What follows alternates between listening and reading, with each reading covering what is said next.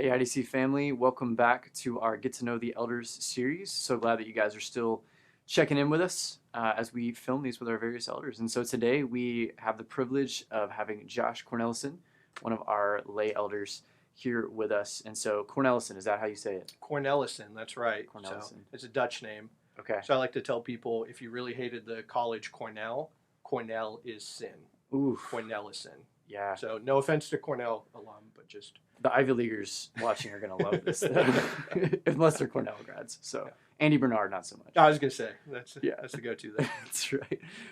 Excellent. Well, Josh, how long, just kind of getting us started, have you been at IDC? Yeah, so I've been at IDC coming on probably 7.5 years now. Okay.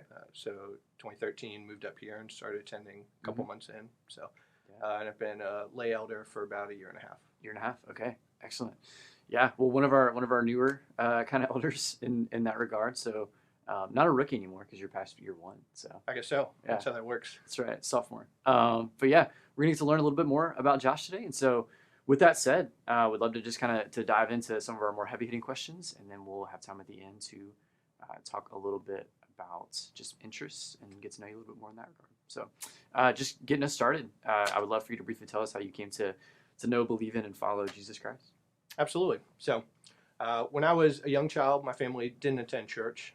But when I was 7, we moved to Virginia and started going to church. And it was there I heard the gospel clearly presented for the first time. And so I was in children's church, and I went up afterwards and just peppered the children's pastor with a million questions. And he was very gracious in answering them and walking me through that the next few weeks. And later that year, I gave my life to the Lord. And so by His grace, that's a decision that's just been confirmed in the years since. I've been able to walk faithfully with Him and through His church and His Word and a lot of faithful, godly people. I've grown in my knowledge of the Lord and my walk with Him. It's just been awesome to be a believer this whole time. So. Yeah, amen, man. That's really encouraging. That's great. So I know you have been up here for 7.5 years. Moved to the area to attend school, I believe, initially. That's correct. And then somewhere in that time range, also got married, I would assume. And so I'd love for you to just tell us about family life, maybe even how you met your wife, and then if you guys have kids, those kind of things. Yeah, absolutely. So for college, I went to a small Bible college in South Carolina called Columbia International University. And while there, I got to know a professor named John Crutchfield. I was editor of the school paper, and he was the faculty advisor. He was the program director to study abroad in Israel and talked me into that, which was awesome. So he asked if I'd like to be his TA for hermeneutics. And so one semester, his daughter Deborah took the class. And after class, she would wait around to talk to her dad. And I was waiting around to talk to him about, class-related things. And so we would talk. And I thought she was waiting to talk to her dad. Her dad thought she was waiting to talk to her dad, but she was actually just wanting to talk to me. And so things kind of developed from there, although her dad will still remind us that he was my friend first. Yeah. So jump forward about a year, and I was ready to propose. And so I had different people drop off handwritten letters for her that I had written ahead of time. And the last of those sparked a scavenger hunt involving some of our friends, her favorite novel on the shelf at Barnes & Noble, and eventually ended up at the Riverfront Park where we had our first date. And so I was there, dressed all nice, and I proposed, and she said yes. And Yeah. as they say, the rest is history. So so we've been married about 7.5 years as well. Okay. Yeah. And Deborah's just an awesome person.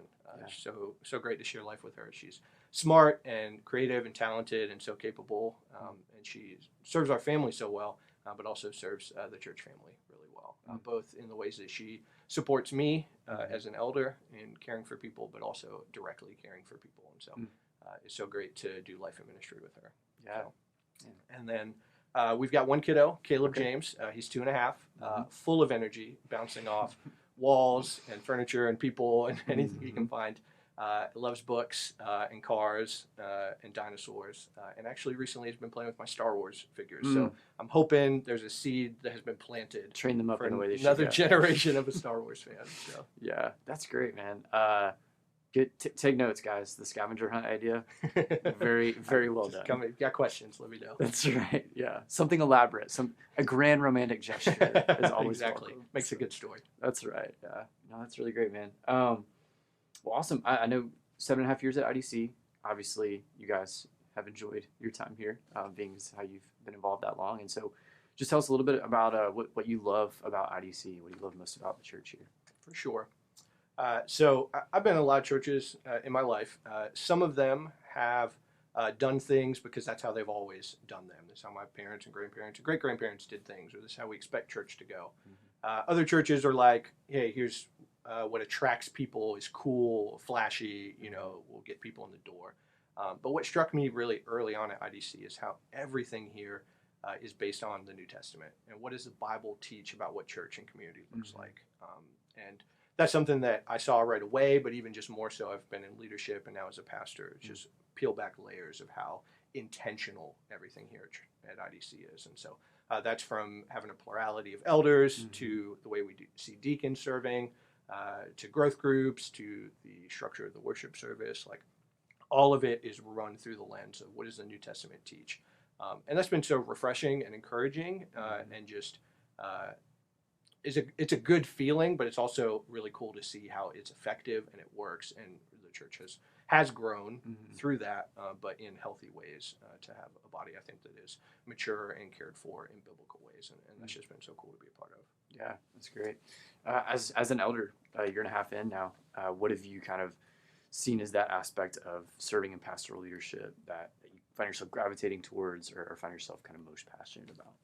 Yeah, so the thing I'm most passionate about in pastoral ministry is fostering community, and I think a big part of that as a pastor has been getting to know personally the people that I'm caring for, and so that's been such a joy and such a cool opportunity to get to know not just the people in my one small group, but multiple groups that I'm over, and so to hear their story, what brought them here, what brought them to the Lord, what are they passionate about, what are the struggles the Lord's bringing them through, what are the ways that they can serve the church, what do they have to offer, all that's just been so cool, and so it's been a really, really cool blessing to get to know the people that I'm responsible for. And so that's like a general sense, and specifically, Deborah and I have really enjoyed premarital counseling. So getting to know people in that stage of life, helping them to walk through, thinking through decisions, preparing them for the most important human relationship you can have. It's been cool, and we've had the joy of doing that a few times. Looking forward to doing that even more. And so it's been awesome. Yeah, such a unique way to serve alongside one another. It really is. In that capacity as an elder. Yeah. Plus, I like doing weddings, so when I get to pair that with a wedding at the end, is also very fun. Yeah, that's really great. How many weddings have you done? So I've only done one. I've got another one next month. So just itching now. Ready to go. I like it. That's awesome. Well, good deal. So that's our kind of heavy hitting questions, kind of the bigger picture, and then now we just have kind of a lightning round to jump into. And so Let's do it. I've been told that you're a man of many interests. That's true. And that you're not someone who just has sort of a lack of knowledge when it comes to your particular interests. Like you really know these things deeply. So That's fair.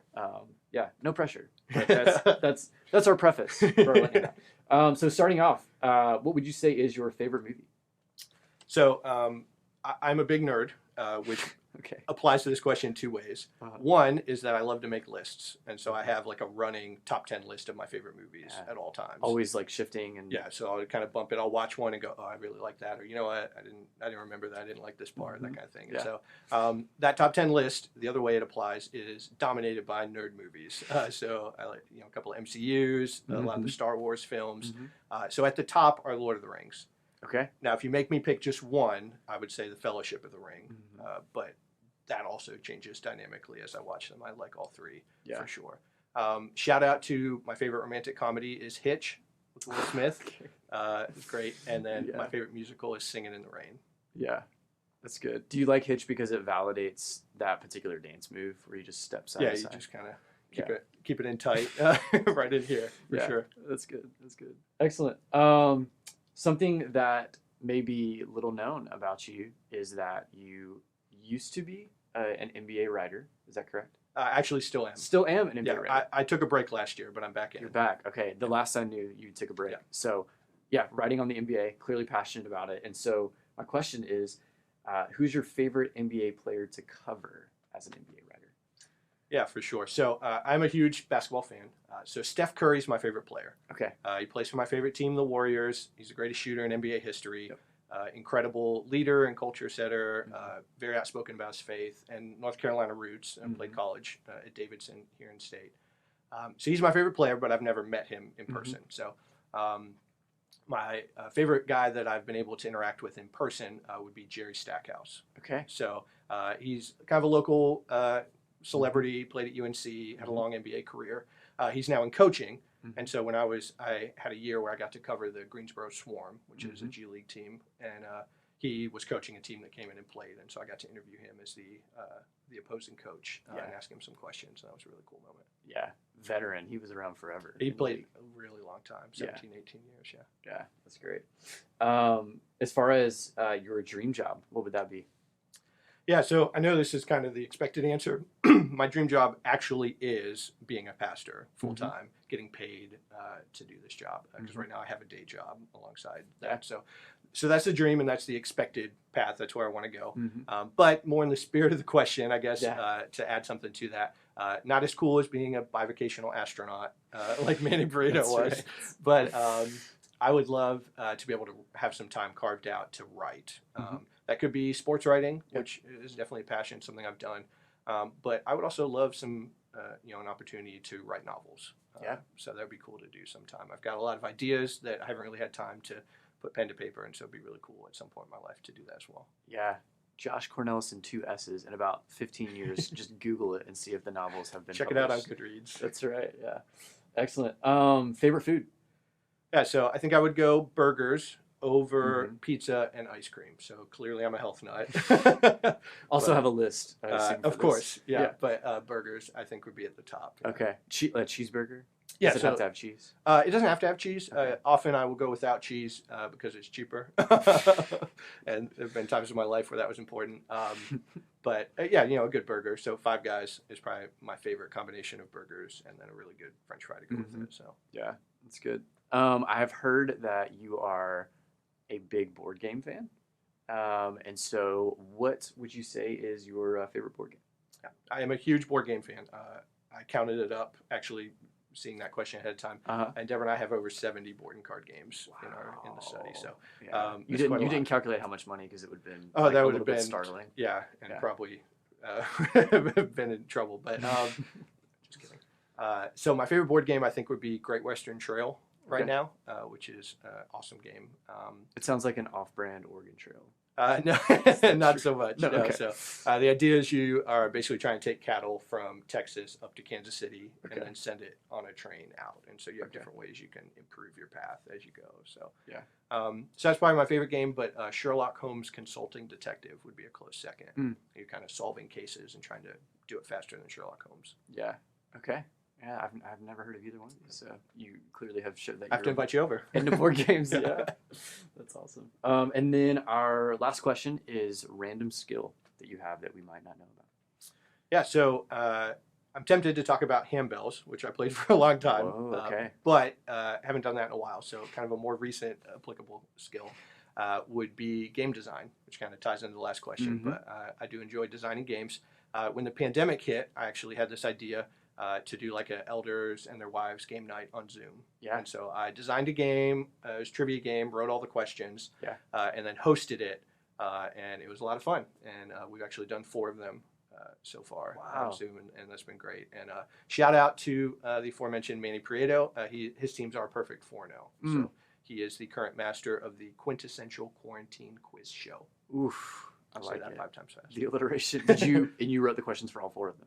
I have, yeah. So there's okay. usually 20 categories, and then each one has 10 to 12 questions. So yeah, man. So you're gonna Cones of Dunshire kind of take all the way in. Yeah, that's really great.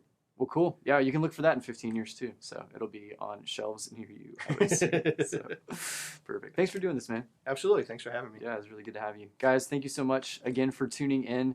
Always great to have you guys do that, and we hope to see you for the next one.